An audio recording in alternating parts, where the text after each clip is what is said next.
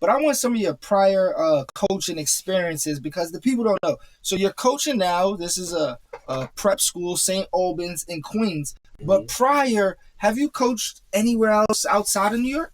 Yeah. Where have you coached previously? When I first got into the prep game, I went to coach in Georgia. And that was an experience all in itself. Right. How long was you in Georgia coaching, would you say? I coached for a year in Georgia. Okay. It's like a whole season. Yeah. Okay. And that was a great experience. It opened my eyes to things and showing me, the two guys that I was under. Right. We had our differences and I went my separate way, but I learned a lot from that situation. Right. Do's and don'ts. Experiences. You know what I'm saying? But like I'm still cool with them to this day. Like we got past what we had and right. You know what I'm saying? I look at them as guys that I learned a lot from in this. So honestly. That was first stop Georgia. Then anywhere else? After Georgia, I went to Jacksonville. Jacksonville was amazing. I love Jacksonville. What do you love about Jacksonville? What is it out there? What's going on in Jacksonville? Walmart and Target. Right. Okay. Okay. A lot of trips to Walmart and Target. But Jacksonville was a New York. Nah, but it's not like Jacksonville. It's not the same like Florida. Yeah, that was different. But it was another eye-opening experience though.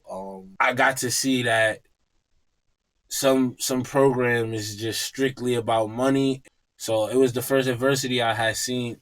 Well, the first real adversity I had seen with like not being compensated for my work, and then dude wasn't happy with the success that I was bringing to the program. You know what I mean? And they've had success before me, but like at the high school national team level, not the post-grad level. So the post-grad level, like I was jumping it and it was really good.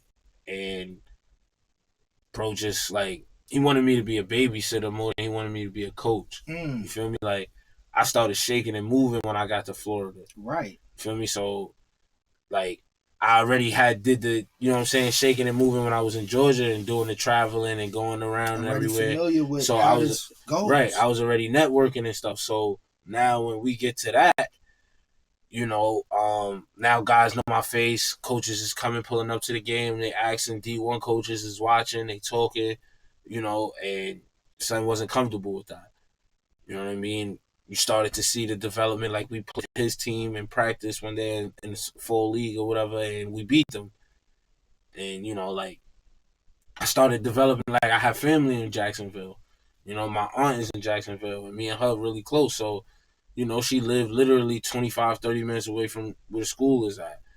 So, and then I start mingling. I start going out. I got family here. I'm start going out. I met somebody. She was great. It was great. You know what I'm saying? We interacted. So now I'm starting to pick up a social life in Jacksonville. And son couldn't deal with that. You know what I mean? And people wanting to connect with you, wanting to deal with me, and just loving the approach that I bring. And then just being from New York, like that's a whole hit within itself when you go somewhere else. Facts.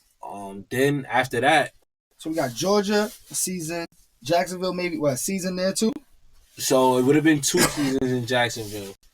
I got with somebody that I had networked with that I knew from being in Jacksonville, and I was gonna go to the program with them. And dude named Maurice Peggs, he did some sucker stuff. You know what I'm saying? He took the money and ran off. We was gonna be a branch off of a program that he was already a part of. And dude took the money and was just doing funny stuff, messed my name up. So that put me in a dark place, and I was trying to figure out what I was gonna do next because I was ready to quit. And then my man's Cliffy, who played pro basketball, played D1 at DePaul. He from my neighborhood. He got offered a job in Oklahoma, but he didn't want to be the prep coach. He was going for the pro job, and he wound up getting a pro job in Canada where he played pro at. So he plugged me in for the job. And it was good. I brought in some kids. It was tough. It was in Oklahoma. We traveled to Kansas. Got smoked by dude that's on the Chicago Bulls now, the 6'10" nigga. We played him. We got smoked. But those is experiences. We got to play in front of some colleges. One of the kids that was with me in Oklahoma, he from your side of the town, from over by Leicester, Jesse. Jesse came to Oklahoma with me after a previous prep stop that didn't work. I was gonna ask that too, because have you had the opportunity to bring somebody or get somebody over there? But you just said it. So yeah, so Jesse is from the town. He be in the Glock. He be in Leicester. He hoops. You know what I'm saying? Okay. And he just lost, but for the last 2 years, I helped him place him in the college that he's in, and he went to the national championship 2 years in a row. Wow. You know what I'm saying? They didn't win, but he's been to the national championship 2 years in a row. You guys that you've had helped and a hand in getting them where they need to be. Right. So after Jacksonville, is there another stop somewhere? That was Oklahoma. Oh yeah, Oklahoma. So after Oklahoma, dude wasn't paying me my money. That's when things got a little rough there. Right. So I just did the next best thing, and I put those kids in position, get to school. The best I can. Get them out of there before I got up out of there, and then I just came home. And then it was like, I don't know what I'm going to do. Trying to figure it out. Then, I remember this program out in Long Island, and I knew that, it wasn't that great. I knew about it, but everybody didn't really know about it. So, I gave dude a call. He remembered me. Then it just so happened that some of the people that I was rubbing shoulders with, he rubbed shoulders with, and he knew. And they vouched for me, and one, feel me? He already was interested in me wanting to come home to coach. Feel me? And then those people spoke up for me. And for them speaking up, like one of the coaches at Seton Hall, my man Rasheen, he spoke up for me. You feel me? Your travels now are coming back to help you out, regardless how they worked out. Yeah. Your experiences. Nah, I know him. I see him in the trenches. And so basically, some of those relationships that I built networking and like that group that I got with on Clubhouse, those relationships, and then my uncle relationships and my uncle being who he is, so that helped connect some dots for me.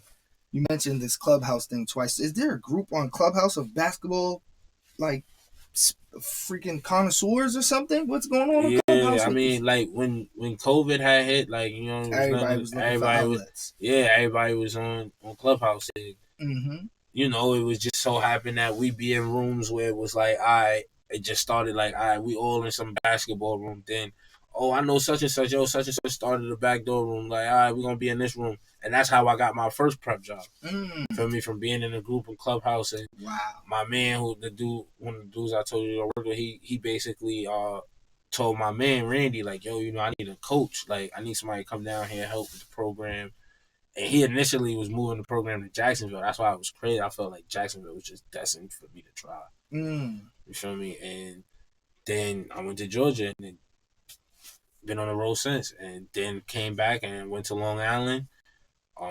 That's where I met Slim, and it was a very weird experience. You feel me? But it was a weird experience that I needed because, like, every day it was something new and something challenging. You feel me? And I just I understood the assignment as far as clearing my name and understanding I got to show people, like, I'm being written off for being solid. You feel me? And I'm not going to change up what I believe in for nobody. Feel me? And Slim could vouch for this. Like, at least 3 or 4 practices, dude just kept saying, like, yo, you want to start your own program? You want to do your own thing? Now, I never expressed this to him. I never told him that really is one of my goals, one of my dreams. Something I really want to do. Feel me? But I'm at this program and I'm thinking that it's all love. Like, feel me? I'm happy. Like, but I don't even know that dude is backdooring me. Like, that he want to backdoor the whole situation. And that's how we got title, because he knew about it. And it made him say, like, yo, nah, bro coming in here putting his best foot forward every day. He allowed, like, I'm not only holding the kid accountable, but I'm letting myself be held accountable from another man, and then admitting to my wrongs. And I don't even do that to my mother or my father. Right.